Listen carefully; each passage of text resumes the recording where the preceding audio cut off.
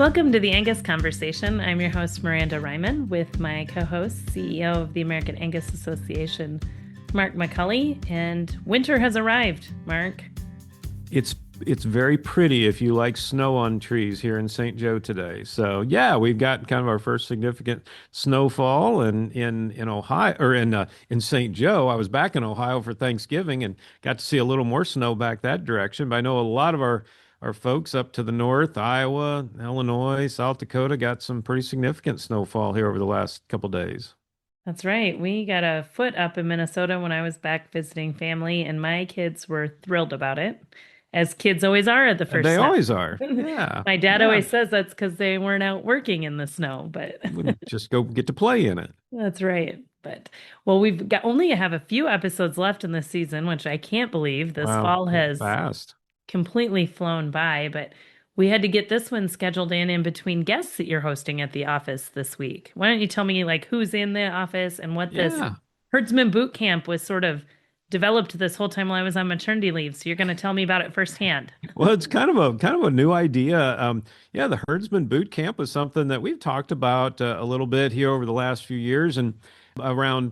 We know we've got folks new to the business, and specifically those folks that are managing or herdsmen for a registered outfit. That there's a lot of the understanding how login works, understanding how do you do registrations, transfers, all the DNA samples, and all of the paperwork and administration side of things that goes into submitting data, right? All those things, and so we this is our first time in offering this up. It's a program sponsored by Angus Foundation. We have about 20 breeders from across the country that are in today for a couple days. Really crash course. They brought their laptops with them. We're going to be rolling up our sleeves, working with the member service teams and the AGI customer service teams, and in actually on their accounts and showing them how to do things and set up animal groups, all sorts of different things. So it's the inaugural voyage, and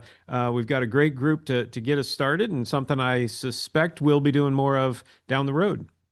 Absolutely. It is, of course, there's lots of videos and you can call into the office to get help anytime, but sometimes it's just nice to see people face to face. Absolutely. Absolutely. So we're thankful that we had members that were willing to, in some cases, brave some kind of cumbersome travel with the weather and such to get here. But it's a great group, and hopefully they'll leave here even more confident and equipped to do the things. But we're always just a phone call away if they hit a stumbling block. Also, thinking of the calendar being December 1 as we're recording this, we're just a couple months into the fiscal year. And how are we looking as far as, you got to catch me back up to speed here. Yeah, yeah. Well, October, we came out of the blocks registration wise. It was like one of the best October months we'd had since the early 70s. It was we were way up, and so we came off a little of that in November. We're still up over 10% in registrations for the first 2 months. So knowing that we had a really strong year last year, that's been great to see. Again, a lot of that is in it's in bulls and female registrations as we kind of look at those numbers. The sales we do roll up our sale reports from the first 2 months as well, and I think everyone's aware of the demand that's out there and these sales that have been so strong. So for the first 2 months, so October and November, we're seeing bull sale averages are up over a little over $2,650. Female averages are up over $1,300. When you look at the gross sale totals from year to year, just in 2 months, we're up over $54 million in gross sale receipts. So again, excited about where we're at, and the dollars going back into our members' pockets to reward the great work and the high demand that they're putting together.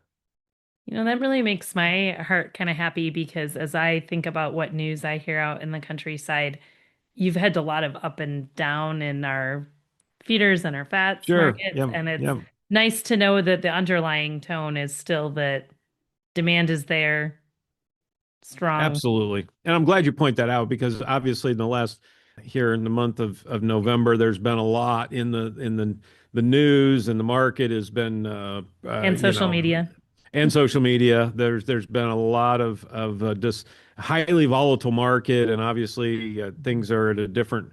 We've taken quite a bit off the feeder cattle and fat cattle boards, but the demand for the long haul and with registered seed stock doesn't seem like it's really, in some of these commercial bred heifer sales we've seen have really been strong. So yeah, definitely not. There are some negative headlines out there, but in the registered Angus business, an awful lot of positive. I think I heard you in that last response say something about in it for the long haul, which actually transitions really nice if you I follow the don't market. do segues well, but I actually caught myself saying that. Yeah. If you follow our guest today at all in any of her marketing efforts and their ranch, we have Barb Downey on the show today, and I think that listeners are really going to enjoy hearing her long outlook on the cattle business and how they've grown their program and what she's learned along the way. Yeah, it's she tells really gets some great insights, some great wisdom, things she's learned, things she's thinking about, kind of how they approach their business, and definitely a conversation that was a lot of fun. Well, we are here today with Barb Downey, headed down to Kansas, where I understand, Barb, it is cold today. It is cold, it is snowy, it's a classic winter day and an abrupt change from the fall weather we've been having. Welcome to December. Yeah. We should not be surprised, but it still doesn't make it any more pleasant to go out and work in it, does it? Yes, every year it surprises me, but so I am sitting inside though for the next hour visiting with you guys. So this is official excuse note for work. Good, Well, we're good. glad we can give you that. We're also glad to have you on. You've got a wealth of experience. Of course, you were one of the very first stories I got to do when I Hmm. started with Certified Angus Beef and got to meet you and go out and do a story on your ranch. So I've always enjoyed following you ever since. But in that time, you've won the Environmental Stewardship Award. You guys, I guess, have amassed a lot of recognition in that amount of time, but then also some background that I think our guests would like to know. You're a founding member of U.S. Premium Beef and Yes, ma'am. got your start in the commercial business and then turned it into an Angus seed stock operation. Right. Coming out of college, my dad's family is historically a ranching family, but dad never got to do the Depression kind of took my dad's branch out of production agriculture. And then my dad we've always been an ag family. And when I headed off to college at K-State studying animal science, dad and I the whole way were hatching the plan to start this iteration of the ranch, which we did after I got my degree in animal science at K-State, and started with some land within a half hour of Manhattan, started a commercial cow-calf operation. Joe and I got married. This was 1987 that we started this. Joe and I got married in 1990. Then he came to the ranch full-time in 1995. But we started with those commercial cows and with an idea to always get closer and closer to the producer. So we were participants in the CAB Value Discovery Project way back when. Miranda is remembering that because, again, we did that interview, but that was our way that we could finish small numbers of cattle, gather carcass data. I think we got up to 50 some head in that carcass data project. And then I started when CAB dropped that.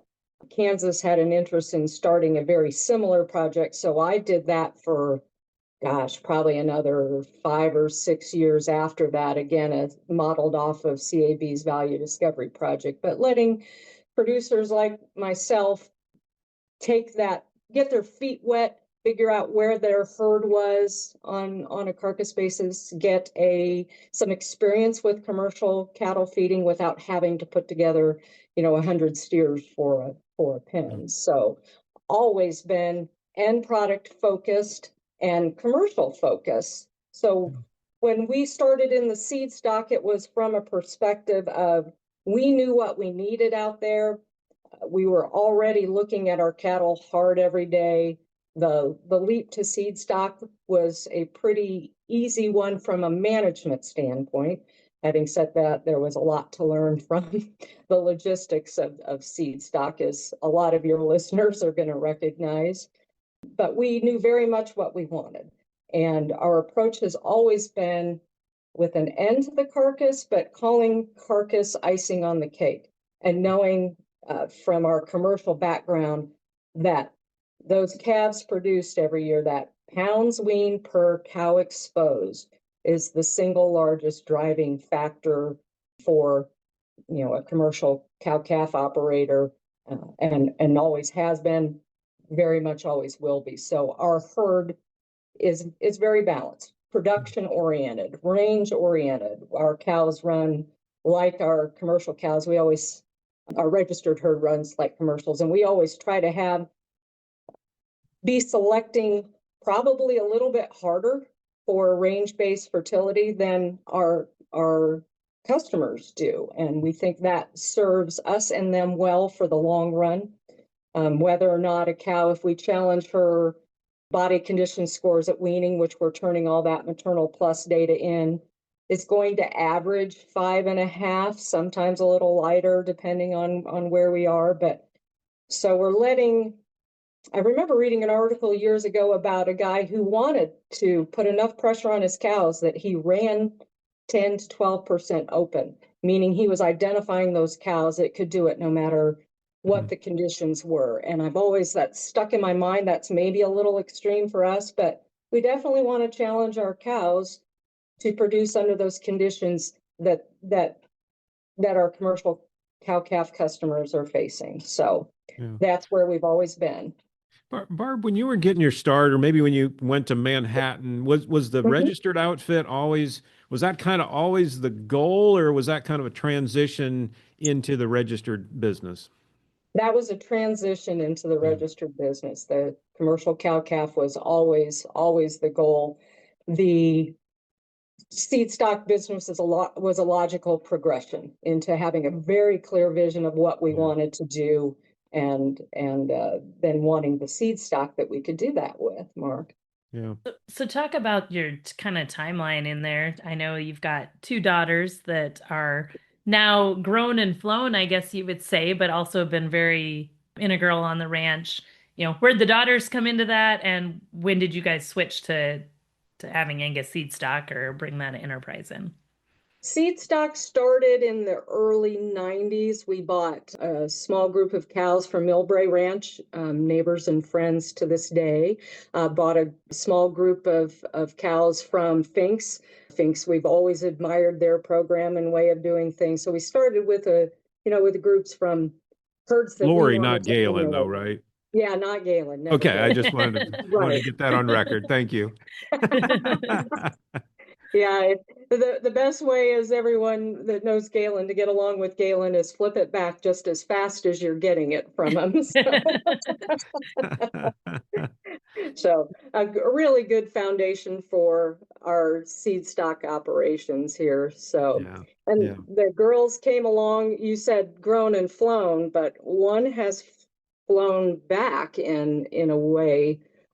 The youngest daughter is a third-year vet med student at K-State, and her intention has always been, the family talks regularly and has kind of our visioning meetings where we're just taking the pulse of everybody, what plans are, where the operation is going, and how they wish to be involved. And the youngest one has always maintained that she at some point would like to run the ranch. So that is where we are going at this point. She got married in August. Our son-in-law, Joshua Dugan, came to the ranch shortly thereafter, so he's with us full-time now, learning the ropes and figuring all this out. Then when she's out of vet school, they will be on the ranch full-time. She will be practicing some, full-time for a while here, and but very much involved in the operations. She sits the block during our sale and make sure everything keeps running smoothly from there. The oldest daughter is a firefighter paramedic out at Garden City, and recently updated us that it's time to start thinking about getting closer to home. She's very much involved in the operation, but has never wanted that to be her full-time job in running it. But they're a good combination. One is executes and plans and strategize. That's the one that's the vet student. The older one, Anna, is very much the dreamer and the visionary and very good with people. So they're very complementary skill sets Very nice. and things that you need on a ranch. Yeah. Yeah. And Joshua is wonderful with people. And that is not my forte. I don't know about that, Yeah, I but was just gonna say, I yeah, I strike don't you know as a about people that. person. Yeah. I can function as a people person, but Yeah. I'm actually more of an introvert. Okay. And at the end of the day, if I've had to be on all day, Yeah. man, it just takes it out of It's me. exhausting. Yeah. Sure. It is. Yeah. I was going to say, I Yeah. suspect I'm talking to one and maybe two that operate the same way. Yeah. I'm actually Uh, complete extrovert. All my Are you a complete extrovert? 100% extrovert right there. Yeah, she Yeah. is. Yeah.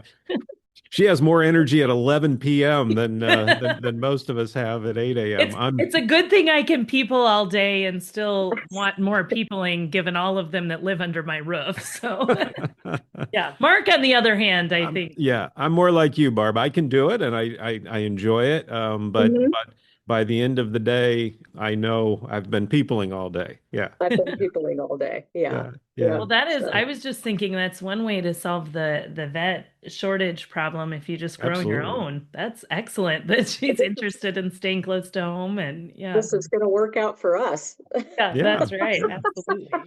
So, Barb, talk about your journey a little bit. I mean, you're getting going in the 80s, and I'm always mhm. fascinated by programs that really kind of got a foothold in the 80s because someone that was so impressionable for me coming out of and thinking about, coming out of agriculture at that point in time, figuring out a career when the farm economy was not very good. I mean, we're in some very prosperous times today, but looking back, I know there was lean years and a tough past. So maybe talk about that journey a little bit and maybe were there ever opportunities or ever days where you're like, have we picked the right path? There's got to be an easier way, right? Well, Mark, that's super important, super relevant to the times we are in. And you asked a really good question because we started in the late 80s and our ability to get our foot in the door came at a time when others were exiting for Hmm. a whole host of reasons, a lot of them interest rate related. Some of the folks were generational related. A transition just wasn't going to happen.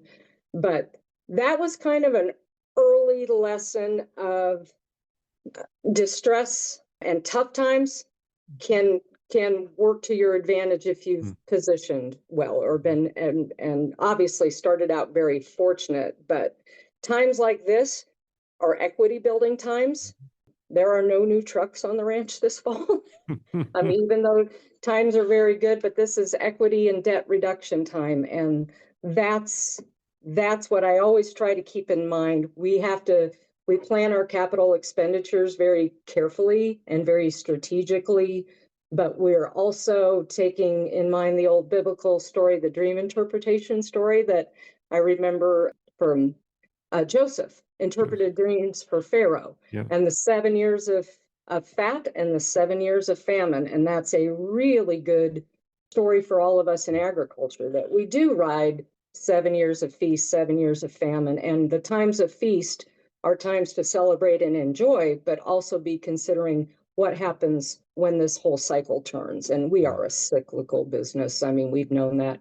Sometimes the cycles get longer or shorter, but we're very much cyclical. So Yeah. if you position yourself in times of fat, then the times of famine can also be times of opportunity and preservation too. So Yeah. Thank you for sharing that because I think maybe even for, I always think about a lot of our new members and new folks getting started in the business in a time like today.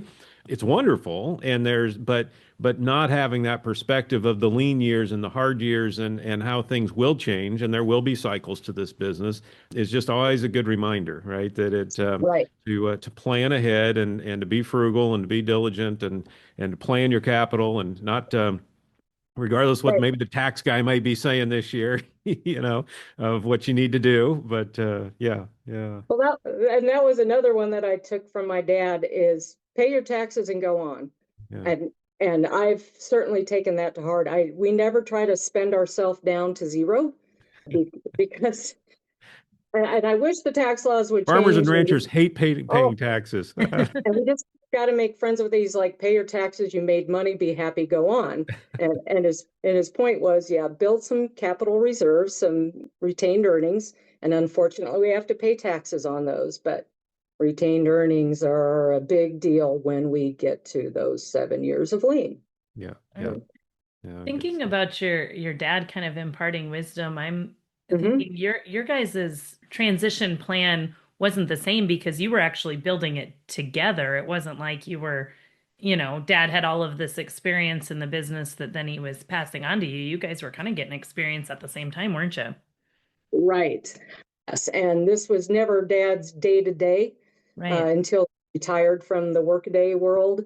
But I had the freedom to run this business basically as I saw fit, which was actually almost paralyzing at times, Miranda, as a young person, because you don't have a roadmap and you Right. don't have the model and you don't have, someone saying that. So somewhere in the middle is the happy medium. Sure. Obviously, handing responsibility and decision making over to that next generation is super important. I've watched, we've seen so many failed transitions in agriculture that we are not doing that. Everything is laid out, everything is known.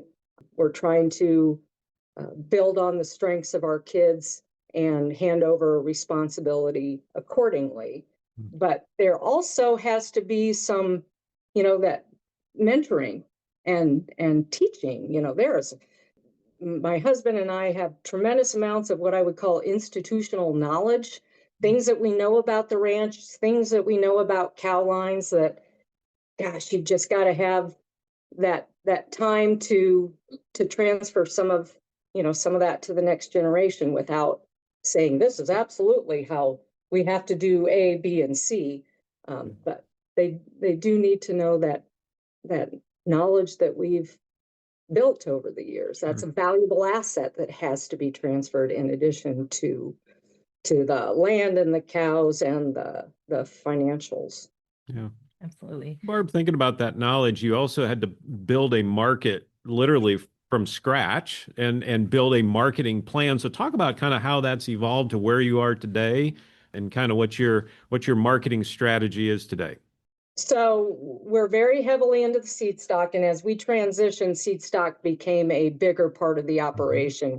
We bought out siblings, so we had to cow calf operation is commercial cow calf operation is no longer an option to make the payments that we have to make. So seed stock bigger every year is our business model going forward, and we're on track and where we need to be. But that marketing plan has always been based on the commercial cow calf operator. Yeah. That's who Yeah. we know. That's who we know how to service. That's who we are at heart is just Mhm. commercial cow calf guys. And the tough thing and where we have to balance between the customer is always right. And then we call it in it for the long haul is Mhm. how is our Your tagline. slogan. Hmm. Yeah. And so trying to position our guys so that there aren't unpleasant surprises 5, 10 years down the road. Hmm. And I feel the current dance that we do in the Angus business is that demand for continued more growth, more weaning weight, more yearling weight, more carcass. Sometimes it's easier to equate maximum with optimum. Hmm. And what we feel like we really have to do is keep in mind optimum for our customers and keep them between the ditches. So that balanced approach, we're adding more growth to our herd right now, but there's a cautionary tale that needs to go along with it. We personally are seeing, and I know our customers are seeing, as we as we're demanding more and more growth out of these cattle, we're asking that happens to the cow too. The genetic base of the cow and that bull are the same. And if a cow has a longer extended growth curve, which is oftentimes going to come with that 150 yearling weight, then she's trying to not only rebreed as a 2-year-old, milking with a milk EPD in the 40s, for God's sakes. We're asking a lot from that animal, and can she physically take in enough energy in a range cow situation to meet all these needs? We all know reproduction or fertility is the first to leave. So maybe she doesn't fall out as that 2-year-old. Maybe she gets rebred later.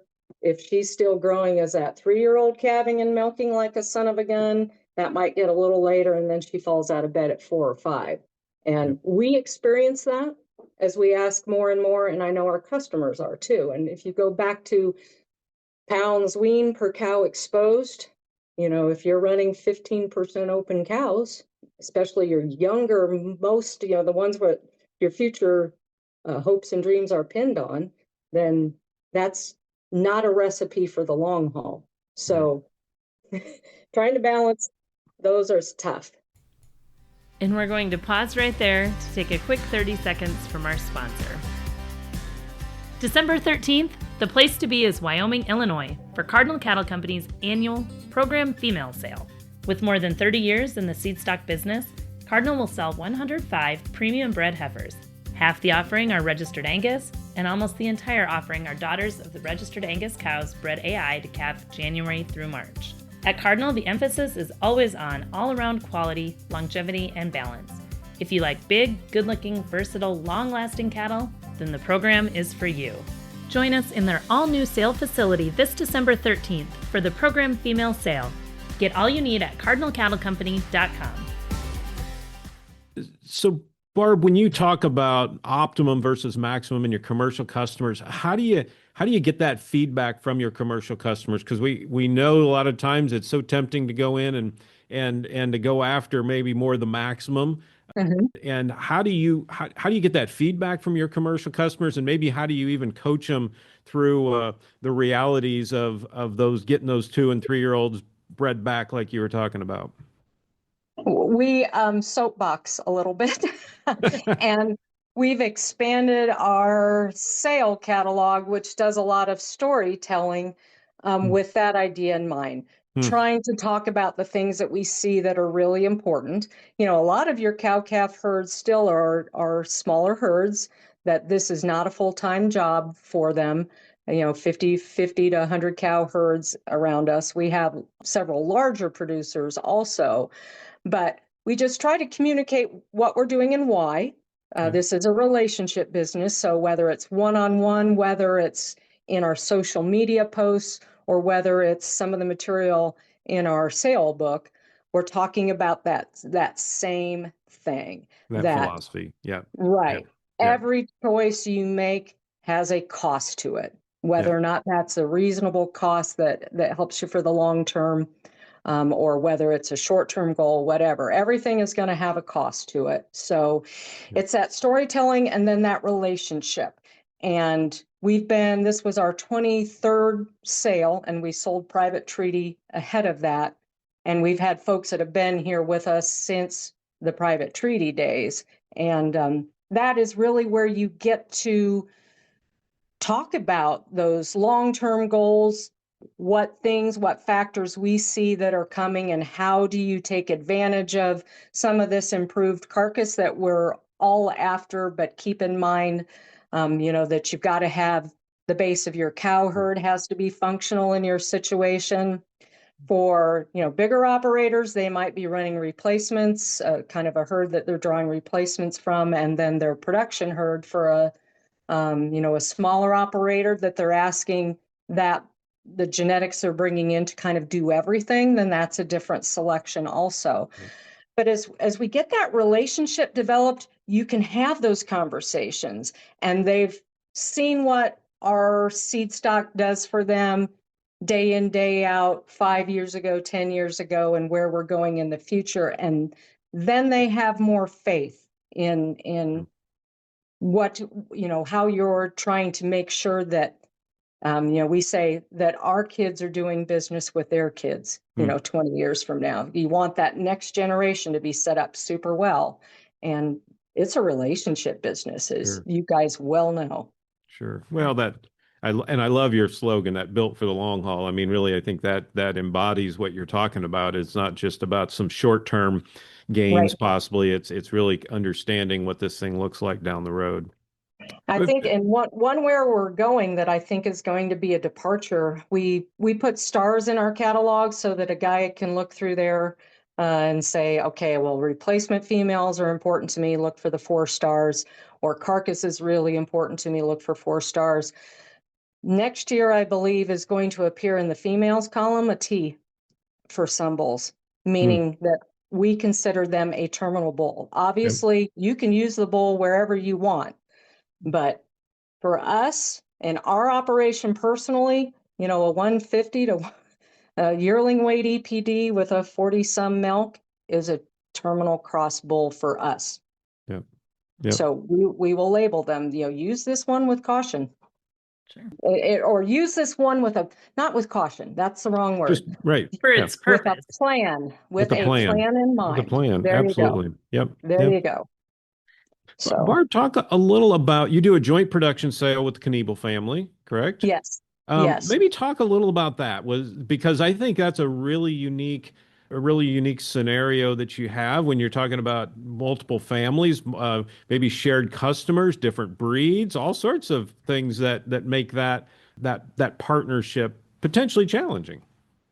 You are absolutely right. And we have gotten in business, with I've always been our best friends. We travel together, we do some business together. We've raised our kids, kind of as functionally as cousins. So the reason we always tell that is a common question to be asked, how have you made sure that this operation works and that no one gets sideways?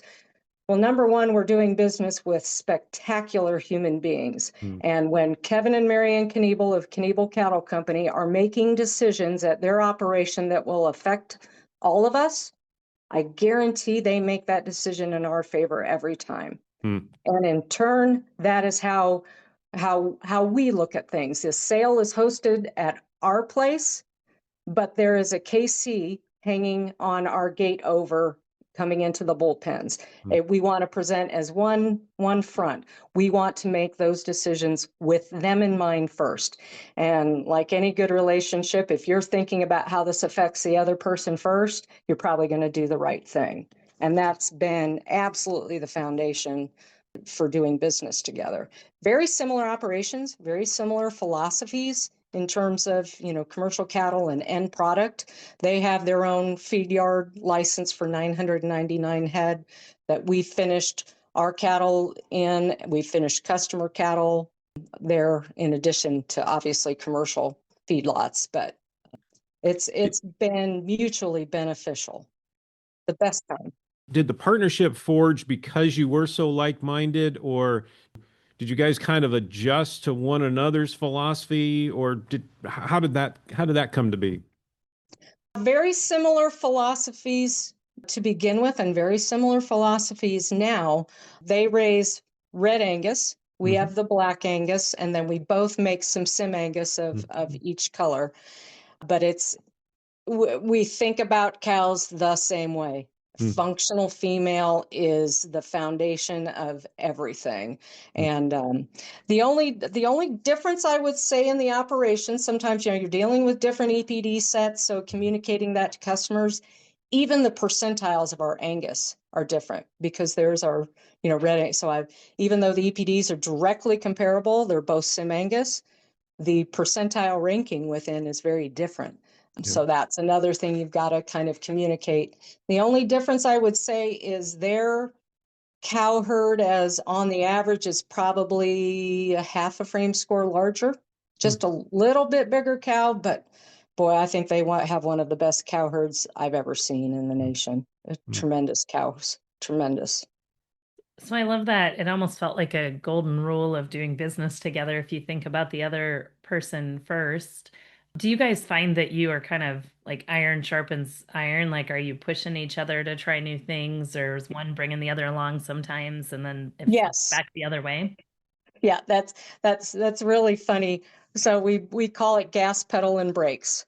And a car's got to have both to get from point A to point B safely. The Knieppels laugh at me. I see shiny things everywhere I go. I am the gas pedal, right? And if I can convince Marianne and Kevin, their job is to shoot holes, and that you need both on Hmm. that, right? If everyone's a Pollyanna and says that's great, Marianne is a reproductive physiologist and a nutritionist, so she is constantly challenging, that cow herd function and keeping us, in between the rails or in between the ditches and on the rails. And I am a great lover of change and technology and forward motion, but I darn sure better bring the plan to the table, ask myself the questions, because I know Knievel's will have, some hard questions for me too. So gas pedal and brakes. Gas pedal brake. I I like like Gas that. that. pedal and brakes. We So working genius is a concept by Patrick Lencioni. We use it a lot here, and but it's how work gets done. And it starts with wonder and then invention. But then the next very important step is discernment, right? And boy, if you don't have all of those steps together, I'm wonder and invention, and I can stay up there for a long time. yep. But man, that discernment step is a super It's important important. one. Yeah. Yep. And then I would add execution to that. Oh So yeah, well That then that's it is the keeps last going. Then part you of the got to working genius. galvanize it, Yeah. then you have to enable it, and then you have to tenacity and get it Tenacity. finished, right? Yep. And it's the 6 steps. Yeah. Yeah, and I Yeah. mentioned, that the daughters have very complementary skill sets. Yep. Joe and I, who we haven't talked about because the poor man is out there executing right now in the snow and cold, without, I'm a dreamer and a schemer, like it sounds like you are too, Mark. And Joe he's the title in the operation is he is COO. Hmm. He absolutely, this is okay. Here is the plan now. Here is how we are going to execute it. And here are the problems that I see, in your plan. Let's figure out a strategy to handle this and all of that. So having and that's another thing that Kniebels bring. This is not just about doing business together. We are all better as this team. We all bring a skill set to the table. And we've laughed, we used to run the bulls together, develop the bulls together, and then we got to the stage where there were just too many bulls. And to this day, we miss that. Weighing bulls on test, weighing bulls off test, BSE day. We would just, and we still try to work together. It's BSE day, at one place or the other. You need an extra hand, I'll be there. And that's just the stuff that reminds us how much fun and how much enjoyment and how productive it is when we're working together. Because it's just like a dinner table conversation, right, Mark? That Yeah. Yeah. that time with your kids needs to just sometimes accidentally happen. Those most important conversations happen because of opportunity. And when you're working together, there is opportunity to have some really important strategic conversations and discussions, or brainstorming, or dreaming and scheming and all of that. So Barb, you self-proclaimed gas pedal. I've always been and always admired your adoption of technology. You seem to always be looking at things and trying things. I believe you were doing at least at one time some virtual collars, some virtual fencing, We maybe are. some other things. So talk about what some of the gas pedal stuff that you're dreaming and scheming on today. So where I see technology really serving all of us in the ag industry is enabling us to do A, more with less, and then B, work at a higher level and take some of here I'm going to quote my dad again.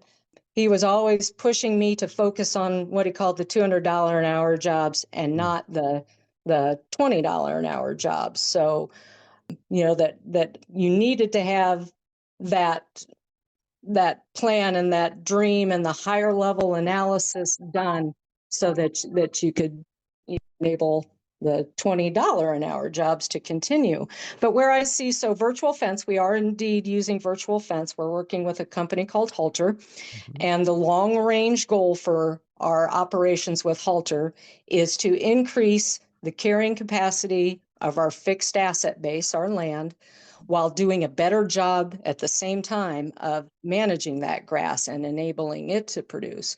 We have done everything that we could with the existing infrastructure, the hard fence and electric fence. We're out here in the Flint Hills. And some part of the analysis as we were looking at virtual fencing was, could we carry 25% more cows, which I knew we could do with more intensive grazing, but the limiting factor was the physical fencing. I looked at just taking all the existing permanently fenced pastures and dividing them into two so that we could rotate more effectively. Easily somewhere around $600,000 worth of fencing. We have demonstrated very well to ourselves that we can increase the carrying capacity with good grass management. So this is where we're going next with the fencing. You know, I mentioned we couldn't pay for the payments we had to make. Commercial cows can't do it. Seed stock can. And but a commercial cow in our environment in the Flint Hills of Kansas can no longer buy grass. That is a fundamental change. So now, if you can carry a few more cows, if you can increase the pounds of beef that you produce off of that acre, that changes the calculus a bit. So we're coming at that. You know, there's obviously implications for that for a commercial cow-calf. There's obviously implications for that for a seed stock. But so there's an example of doing more with less. Some of the other technology that we're doing also enables, including halter, but some of our data management and tag tracking capabilities is enabling our folks, all of our folks, to work at a higher level. So when we went to move cows before, that's a couple guys on horses, you know, out riding, gathering, hoping you got them all, because there are some great places for cows and especially calves to hide in a lot of our pastures. But that would be, you know, 4 hours to go move a herd. Now we can do that with morning coffee at the breakfast table. And then you've got 2 guys in 4 hours that can work a little higher. That doesn't mean you never look at your cows. But now instead of just riding and making sure you've got the stragglers, you can be looking at those cows going, oh man, that cow has a poor rear attachment on her udder. So we need to make a decision about her and how we manage her. You know, that cross did not work. We need to have a better plan for that cow at the breeding chute next year. You know, that sort of thing. That's what I mean about working at a higher level. We can start influencing things that dictate whether or not we're going to be a viable operation in 5, 10, 20 years. So work smarter. Yeah. So when you were thinking about some of that new technology, I mean, you hear about it at a conference or you see it at a trade show, and then you come home and say, hey, I've got a big idea. Or how does that, I want to know how the process works that you go from here's something I might want to try Something to, shiny you found. right, exactly. Yeah. And how do you just decide what's the shiny thing that sticks? So that's a really good question, because I can chase down all sorts of shiny things that have Me no too, Barb. practical application. Me too. But I've known for, not always, I've known for as long as virtual fencing has existed that was a key. So, and that's part of the $200 an hour jobs that my dad talked about. How can you expand this operation? How can you make this function better? And I knew intensive grazing from every experience, reading, all of that is a way to increase carrying capacity, to make sure that plant gets grazed, you know, once during a season and then gets to rest and recover and all of that. So we had done what we could with our existing infrastructure. So I knew virtual fencing would let us fence in ways that I couldn't physically fence.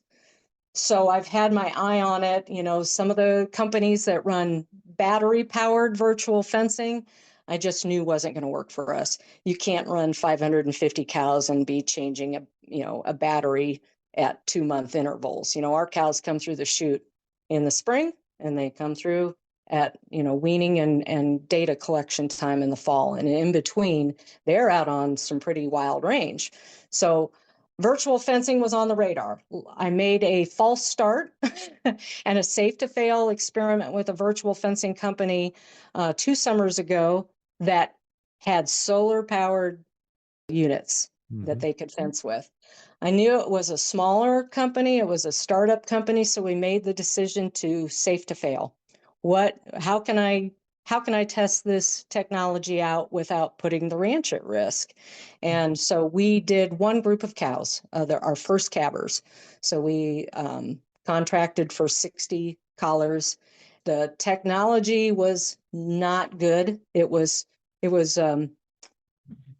but there was enough there that we saw the potential. And being out there is how I got hooked in with Halter early. So, your network works and people, hey, if you are interested in solar power virtual fencing, here comes this other company from out of the country that is getting a toehold here. So that's how I got hooked up with them, being at meetings, being with like-minded individuals, and putting myself out there that, virtual fencing is on my radar. So that fall, we got hooked up with Halter, and I had a friend with a Red Angus operation down in further south that was also working in virtual fencing and had some experience with the battery ones. They then took this wonderful exchange of ideas and information. They took that and they got on with fall cows with Halter. So they're sharing information with us. We're watching what they're doing with it and going, oh yeah, this is no longer a safe to fail. This is a jump with both feet. So when we got to the spring of this year, we were set and ready to go and made the decision to collar everything on the ranch because my friend had done the safe to fail experiment with this company for me. Thank you very much. And so we jumped with both feet and collared everything on the ranch. So it was a calculated decision, but it was, like I said, someone had done the safe to fail for me, and we saw what happened. So everything's collared this year. Replacement, the weaned heifer calves are not collared right now. We will collar them as yearlings as they start coming through the chute, and we start setting them up next spring. But every cow in the place is collared. So I can look, I can open the phone right now and tell you where those cows are. And working smarter, when you do go to gather them when they're coming to the chute, we know where every single cow is. You don't Like have to Life worry. 360 for your cows. Yes, it's wonderful. And as someone pointed out to my husband, every parent of teenage boys needs a collar like this. True. Maybe not. I don't know. Yeah, right. Yeah, maybe some things you don't want to know. Yeah. So. That's a good place to pause as we hear from today's podcast sponsor. At Cardinal Cattle Company, the emphasis is always on all-around quality, longevity, and balance. If you like big, good-looking, versatile, long-lasting cattle, then the program Female Sale is for you. Wyoming, Illinois is the place to be on December 13th. With more than 30 years in the seedstock business, Cardinal will sell 105 premium bred heifers. Half the offering are registered Angus. Almost the entire offering are daughters of registered Angus cows bred AI to calve January to March. Join us in the all-new sale facility this December 13th for the program Female Sale. Get all the information you need at cardinalcattlecompany.com.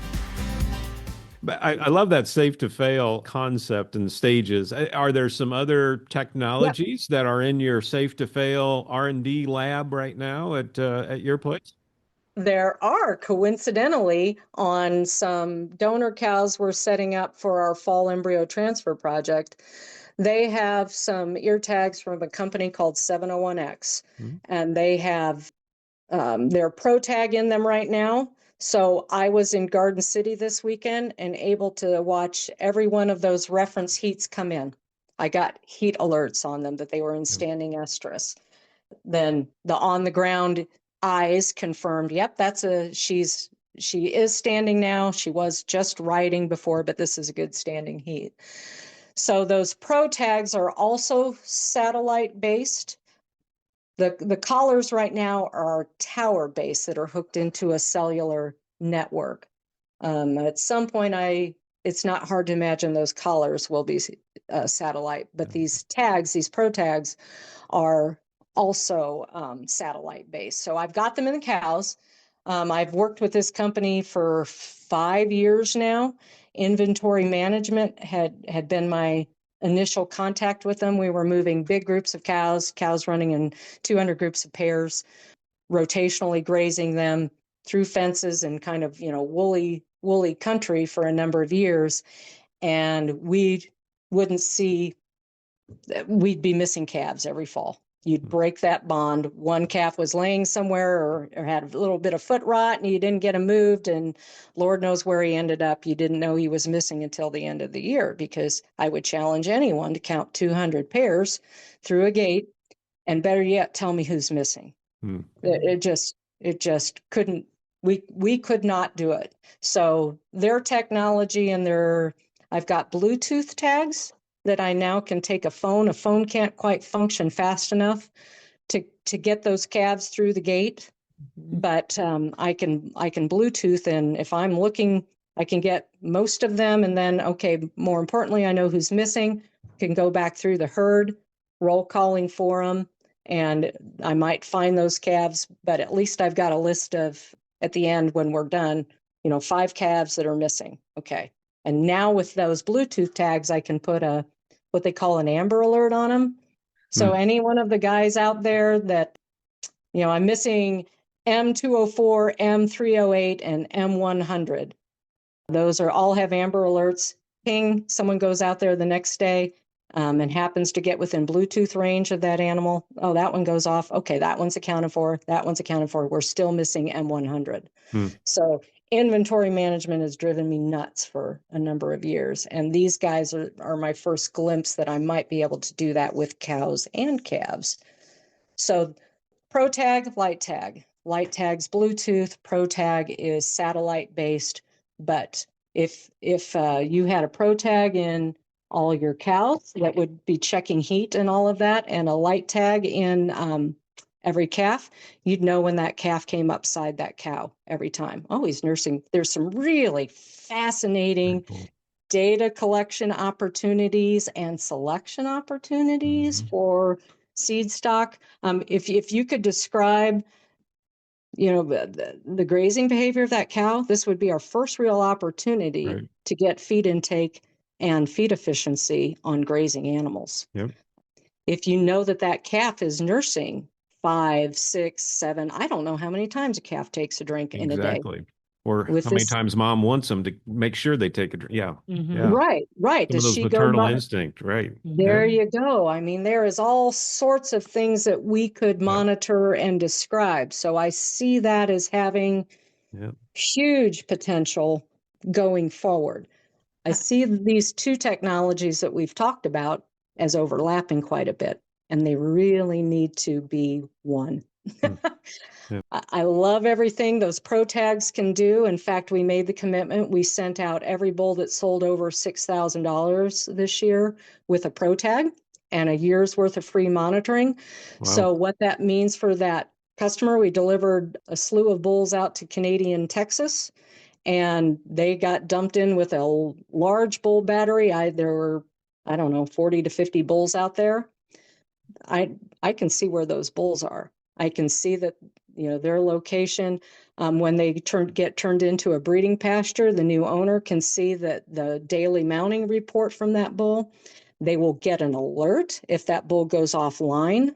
So if that bull quits mounting, that's super important information for a commercial cow-calf operator to have. Did that bull quit mounting? Is he hurt? Is he got foot rot and he is no longer, his activity level has dropped way down? Is he sick and his activity level has dropped way down? All of that has huge economic ramifications for our customers. So we made that commitment to send those out with the cooperation of the company, a year's worth of free monitoring. But gosh, you check your bull pasture on Monday and then you go to another one on Tuesday, and a third pasture on Wednesday, and you don't make it back to that pasture one till the next Monday. What if he got hurt on Monday night and quit breeding?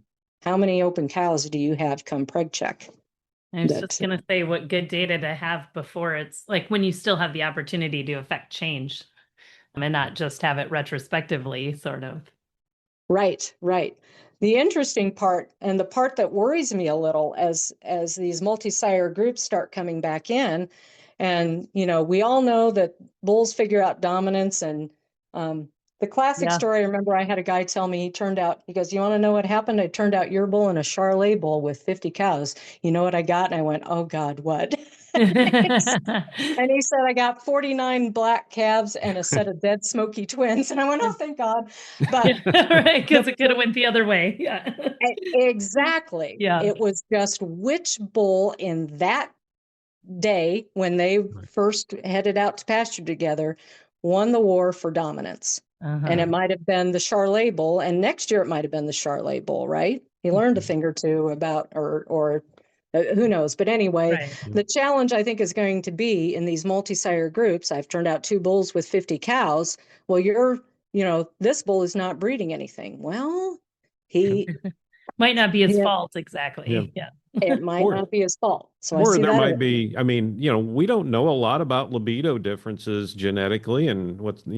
heritability. I mean, I know there's some heritability there. And so is that data you start thinking about, again, I start always heading down this path of with that if it's heritable and we can collect some Right. of that data, right, we can make improvements, right? And it's Oh, economically important, right? Which of course it yes. is. Yeah. You Yeah. could make huge improvements. Yeah. My caution as a supplier of bulls is let's not misread this information or jump to Yes. Yep. conclusions Yep. Yep. Yep. that might, take a very good bull out of it. He just wasn't the dominant bull in that pasture. But Right. and when you talk about libido, there's a friend of mine and a very progressive breeder that tried to do serving capacity years Mm. ago. And we found out, from that wasn't really tied maybe to libido or the overall results at the end of the breeding Mm. season, because we all know, you turn out a yearling bull, he falls in love, right? Mm. And as anytime you go out to that pasture, it might drive you nuts because there's a group of 5 cows over there with no bulls and they're riding each other. And then there's this group of 2 over here and they've got all of your yearling bulls gathered round, right? And that there's a lot of learned behavior as a Sure. bull matures to managing his breeding behavior. And you may not see him out there exerting much effort until everything is right. But Sure. he comes in with everything bred and they're up front of the season and all of that. So, but the learning opportunities, this is where it gets my shiny brain going, Mark. And as a breed association, obviously you guys are thinking about and going, what data can we gather? How can we use that to drive improvement in a breed and, possibly Put in your selection? toolbox, right? Yeah. Yeah. Yeah, Yeah. yeah. Yeah. As you look down the road, I mean, what's the future hold for Downey Ranch, and maybe what things are you in most excited about? You talk about virtual fence and some of these technology, right, of just being able to make you a better operator, but kind of what's on the horizon? What's on the horizon for me and looming very big is transition Mm. and is making myself unnecessary. You as a CEO, you guys get all sorts of business leadership training and development that those of us out here in the fields sometimes don't avail ourselves of or don't have the opportunity of. But anytime you are absolutely essential to an operation and things stop if you're gone, you Mm. have made your organization vulnerable, and that includes us as ranchers. Mm. So, I talk about all the fun, shiny stuff, but the thing that I'm looking for and transitioning into the future is trying to make sure that I am irrelevant and Mm. not irrelevant, but that that if and when I'm gone, that Sure. this operation has all of the tools, that I did not remove an entire cog in the wheel and the whole thing comes to a grinding halt, that there's redundancy and transfer of knowledge and transfer of assets and transfer of all of that to the next generation so that this whole thing can continue on. But, I see huge opportunity. But the cautionary tale, just kind of what we're seeing with AI right now, is man, we can't get too far out ahead of our skis. And as much as I love new and shiny, we got to make sure we got the plans in place Yeah. to use it wisely. And you need the brakes here, right? You Yeah. need someone going, wait a minute, what if? And that is every bit as important, if not more, than the gas pedal. Yep. You got to get there safely. Great counsel. I think the fact that you guys have regular talks about it is kind of the first step in that. And I love to hear you talk about how you've approached that with your kids. And gosh, I feel like we could just keep going on this, Mark, but I know we promised you to not take more than an hour. Is there anything you were hoping we would talk about that we haven't covered yet before I ask a random question of the week? What you got, Mark? Anything I haven't asked yet, Mark? Or are you ready for my Oh, random I've got a question? list. But we're just going to have to do another episode, Barb. If you're okay, you'll come back sometime. How about that? I would Yeah. love I would be honored. This has really been actually a thrill for me. I've listened to the podcast for quite a while, heard some really amazing folks on your podcast and great conversation. So when I got the call, it was a thrill. Oh, Well, I hope I'm not going to deflate what's been a super optimistic podcast, but Barb, my random question of the week, as I was thinking about all of your experience in the business and kind of your life experience, I know that you were very open about your health struggles that you went through. Probably, has that been a decade ago now, Barb? Yes, actually, yeah, 2014. So a Okay, little so longer. so my question is, what did you learn while you were going through your cancer treatments that made you better on the other side of it? As a producer, as a wife and mother, what did you Yeah. learn during that period of your life? You can't see me smiling and kind of laughing right now, but it harkens back to a bit of the conversation we had earlier of if you open your eyes and look around, every problem, every challenge is some sort of opportunity, presents also an opportunity. So in the immediate of it, one of your the opportunity and the promise. I mean, we had so many people step in and help us out during AI season. AI season came and went while I was stuck down in Houston in the hospital. And Esther McCabe, yeah, she sat there and ran semen thawing on a giant AI day. So she just hand loaded guns to my husband and the other folks who volunteered to AI for us. So that knowledge that you're never in it by yourself, that in agriculture especially, people come out of the woodwork when the chips are down, that you've always got a network.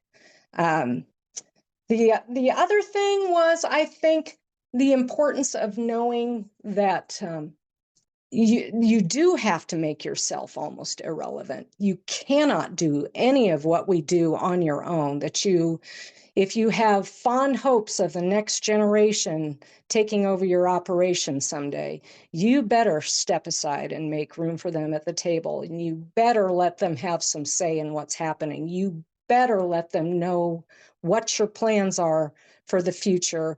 You better find out what their plans are for the future and how, if the opportunity is there, how you make it all come together so that everybody is there at that one table. So I think those were the two big things out of it. And then always, make your plans for the worst and hope for the best and know what's going to happen. I really shouldn't be here. Mm. I really shouldn't. And I was always able to kind of coldly analyze and think about that kind of stuff. But, I had what if I had all of those plans, but always one of the options was I'd come out the other side and be just fine. So plan for the worst and hope for the best is how I have lived my life. Well, I know that was a terribly difficult chapter for you, obviously, but one thing that I always appreciated was that you shared that journey so that so many people who have gone through similar hard times or just, some really tough stuff can look at the attitude with which you approached it and your family and the community around you. And so I thank you for sharing that. And now being on this side Will of you indulge me in one more thought? Yes, absolutely. I never stopped moving forward either. I was in the middle of some treatment, and so rectal cancer. then it metastasized to the lungs, then it metastasized to the liver. In the interim, I said yes to KLA leadership opportunities. So I just I thought, well, where do you want to be in 5 years? And what do you want to do there? That engagement and that opportunity, you just keep moving forward, because none of us knows when, our number's up, right? So you just keep moving forward. And if your number gets called, well, off you go. But if it doesn't, if I'd said no to all of that stuff, man, I would have missed a wonderful opportunity at leading an organization that I just have huge admiration for. This is the Kansas Livestock Association, and who has benefited, my business greatly. So that opportunity to lead alongside all of my fellow KLA members, God, I would have missed that if I'd said no. I think that is such a great testament to your optimism that you've obviously shown over this last hour when we've gotten to visit with you. So thank you for sharing that with us. And thank you for your contribution to the Angus breed and helping us continue to move forward as well. Also appreciate the best breed in the world and the leadership at the association, the staff, all of that. We all have our problems and nothing is ever perfect. But whenever I pick up the phone and have to talk to somebody at the Angus Association, man, I get the best team in the world.